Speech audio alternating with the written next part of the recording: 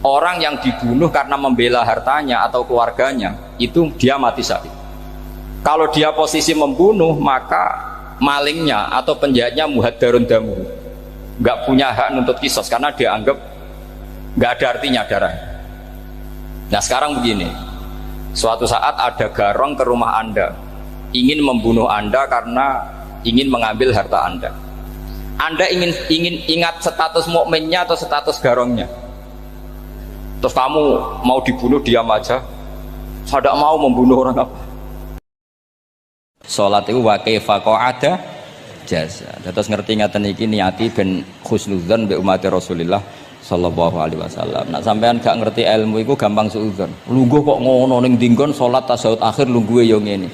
Lah lungguh yang dilakukan Rasulullah itu bayangan ideal, standar ideal tasyahud akhir duduke ya kaya Rasulullah sing ditirakno para ulama sampai guru-guru kita. Tapi ku tetap standar afdholiyah, standar utama. Tapi sakjane wa kaifa qa'ada jaza. Sekarang ya seperti itu.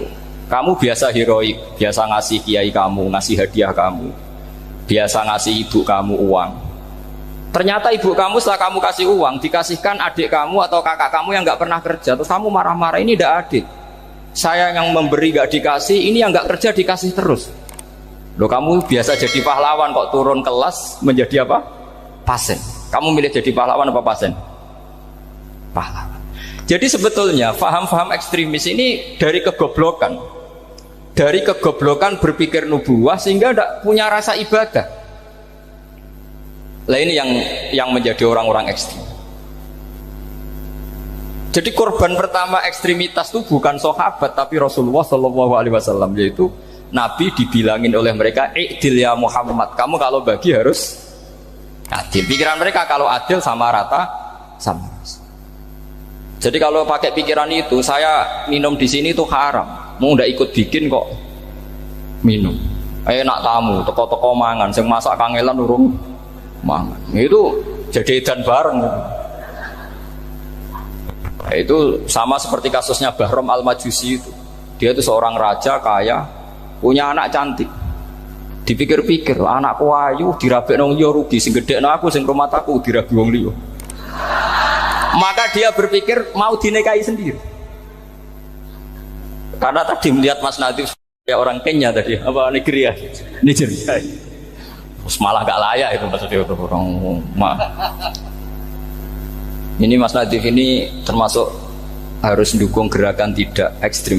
Nyawanya masih itu karena barokahnya beliau agak-agak gitu, tapi nggak sampai liberal ya, agak-agak pokoknya itu. Karena ketika ada gerakan ekstrim di Mesir itu termasuk dia DPO. Ternyata setelah ada intelijen, beliau pas buka itu nggak makan dulu tapi rokok dulu. Wah, ini mesti orang sekuler, nggak ekstrim.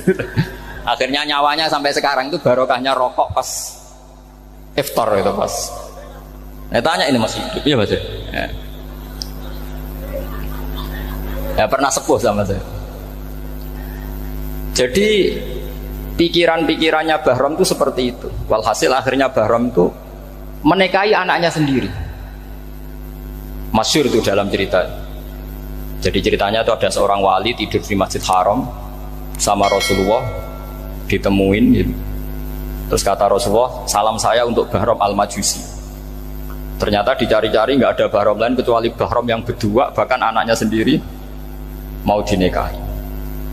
Ya cara berpikir karena seperti itu. Kalau kita berbuat banyak harus dapat banyak. Itu bahaya. Bahaya sekali karena kalau dalam teori beragama itu al-yadul ulya khairum minal yadis sufla. Kalau biasa ngasih ya ngasih saja, itu heroik. Itu bagus. Jangan biasa ngasih sekarang bermental apa? Pasif. Makanya saya itu kalau ngajar di pondok yang dulu pernah saya belajar di situ atau yang pernah sepuh itu, dikasih itu bingung. Karena saya ya masih waras itu. Jadi kalau dikasih itu bingung.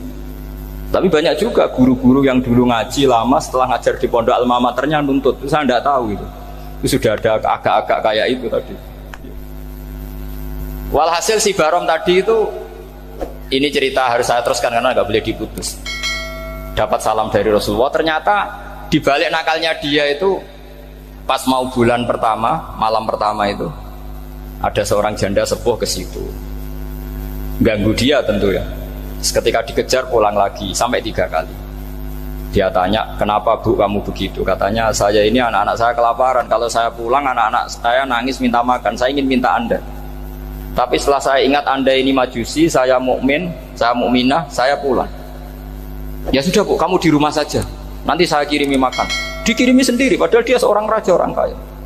Barokahnya itu dia dikasih tobat sama Allah. Dan paginya ketemu tamu yang mengirimkan salam dari Rasulullah SAW. Akhirnya Bahram ini menjadi Muslim. Tapi intinya berpikir seperti tadi itu salah, bahwa kalau saya berjasa banyak harus mendapat apa? Ini cara berpikir orang-orang Khawarij. Begitu juga era Sayyidina Umar, era Sayyidina Utsman, Ali. Itu juga ngalami orang-orang yang ekstrim.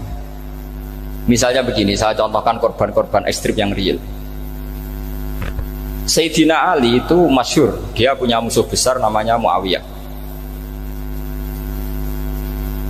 Karena permusuhan ini tidak bisa dihindari. Jadi kalau dalam fikih Islam ini anak-anak saya ajari fikih. Kalau orang mukmin membunuh orang mukmin itu hukumnya dosa besar apa kecil? Besar. Itu di bab kisos. Tapi orang fikih itu unik. Di fikih itu ada kitabus siyal namanya. Di takrib ada kitabus siyal.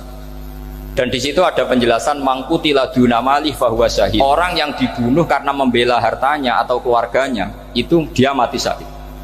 Kalau dia posisi membunuh, maka malingnya atau penjahatnya muhaddarun damu, nggak punya hak nuntut kisos karena dia anggap nggak ada artinya darah. Nah sekarang begini, suatu saat ada garong ke rumah Anda, ingin membunuh Anda karena ingin mengambil harta Anda. Anda ingin ingat status mukminnya atau status garongnya.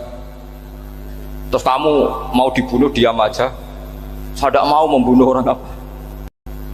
Mukmin atau membunuh orang muslim. Nah, kesulitan yang dialami Sayyidina Ali seperti itu. Orang-orang Khawarij cara berpikir enggak, Ali ku geblek. Wong mukmin kok pengen mateni wong mukmin. Muawiyah yo geblek pisan, wong mukmin kok pengen mateni orang mukmin. Padahal suasana sudah kacau. Ketika seorang penjahat mau membunuh yang punya rumah dan yang punya rumah ingin membunuh penjahat, itu namanya mukmin bentrok sama orang mukmin. Apa orang benar sahibul hak ingin mempertahankan haknya? Tidak sampai saya tanya.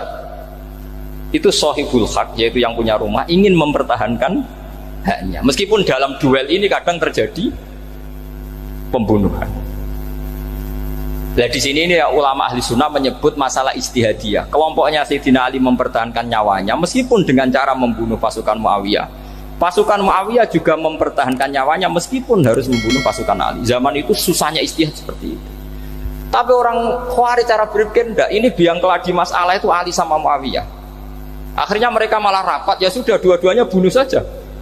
Ya masyhur itu, akhirnya Sayyidina Ali dibunuh oleh orang Khawarij. Makanya ini penting ya, pentingnya ngaji seperti ini. Jadi kamu harus dilatih berpikir nubuwah. Ya dilatih berpikir apa? Nubuwah, disebut al-ulama warasatul.